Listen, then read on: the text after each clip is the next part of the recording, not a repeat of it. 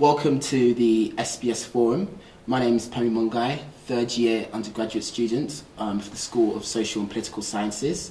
I'm very pleased to be joined by Dr. Heather Johnson from the University of Belfast, Queen's University Belfast. Mm-hmm.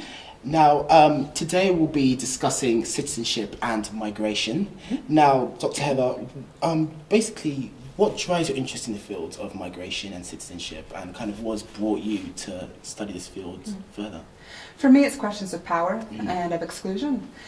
Citizenship is a system and a structure that functions to exclude people, and the migrant community is the one who feels the brunt of that. Particularly importantly, asylum seekers and refugees specifically are kind of key figures in those questions of difference, of exclusion, and of how power works in the global system. Yeah. How would you feel your research in particular has added to the study of citizenship and migration? For me, I think that my major contribution is the way that I try, at least, to bring the global perspective together with a ground-up kind of methodology. So I do work that focuses on the global system. I work in cases like Tanzania, Spain, Morocco, Australia. I'm doing work at the moment in the Mediterranean and the Aegean. But I start from the ground, so I do interviews with migrants themselves and have a really narrative approach. I ask them what their stories are, and then I build the global perspective from that. Oh, okay, very interesting. And obviously you talk about the global perspective on migration. As you well know, migration is a very topical issue currently in the UK.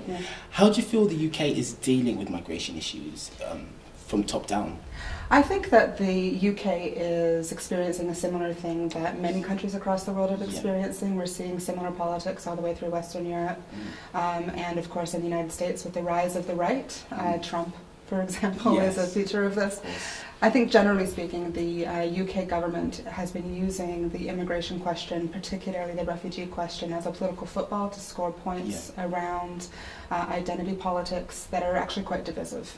And I think that we have a lot to do to kind of remedy the damage that that's creating. That said, if we start at the community level and look at it from sort of a community grassroots perspective, there's a lot of really excellent solidarity work that's happening within communities, a lot of activism that's happening with communities that I think we should actually feel hopeful about, despite the frankly dismal performance of the government. But do you feel there's like a historical pattern which is developing in terms of issues with migration that we've seen probably in previous decades or previous centuries? Yeah, this has been going on for a really long time. The question and the use of migrants and sort of the communities of the foreigner, has been used to support nationalism and nationalist projects for decades, if not longer, and we can trace that directly. So there are certainly historical precedents for it, but in some ways that makes it worse. We should have learned our lessons. Exactly. And I think that the question of how we deal with difference is the key political question of our time. If we want to move forward and have more productive, creative, exciting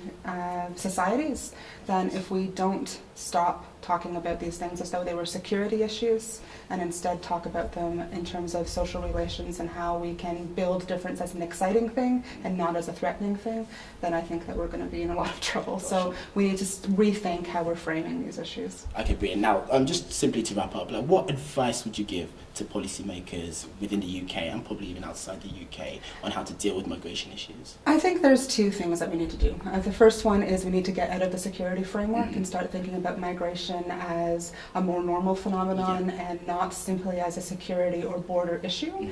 And I think the second thing we need to do is start actually looking at actual experiences of migration, the actual people who are on the move, if you will, and think about refugee stories, but also migrant stories more broadly, because that will bring a human face back to the discussion. Okay, brilliant. Thank you very much. You look very much forward to your talk later. Great, thank you. Thank you very much. And that's concluded our SPS Forum interview for today. Thank you very much for joining us.